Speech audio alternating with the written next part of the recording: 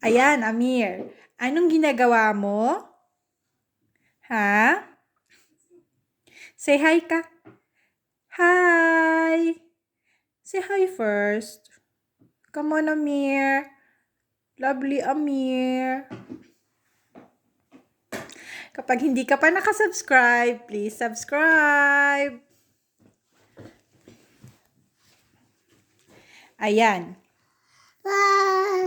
Oh, doon. Ano ba yan? Oh. Ito na nga. Ito na ang Mir-Mir na malikot na malikot. Hi, hi, hi. Ayan, kami lang dalawa dito ni Mir-Mir sa bahay.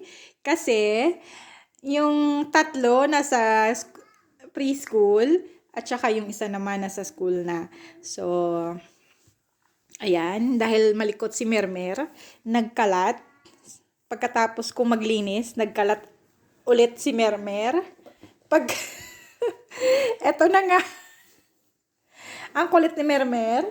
Anong pinaggagawa mo, Mer? Pwede ba? Kalas.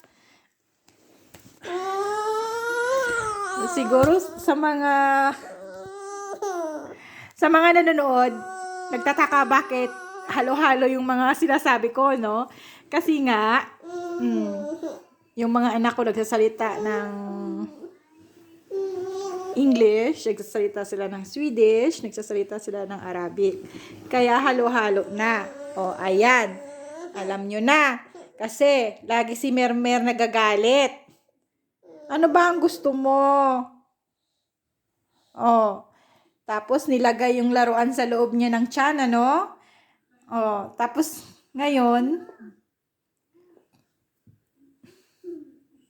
gusto niya nang kunin. Siguro nagtataka kayo bakit laging may laman ang bunganga ni Amir. Kasi nga, si Amir, paborito niya talaga yung peanuts. Kaya, every time, kumakain niya siya ng peanuts. Kaya lagi may laman yung bunganga niyan. Pag may laman ang bunganga niyan, ayan, peanuts po yan. Ayan, wala nang magawa si Amir, kundi ano lang. Ayan, mag-destroy, magkalat.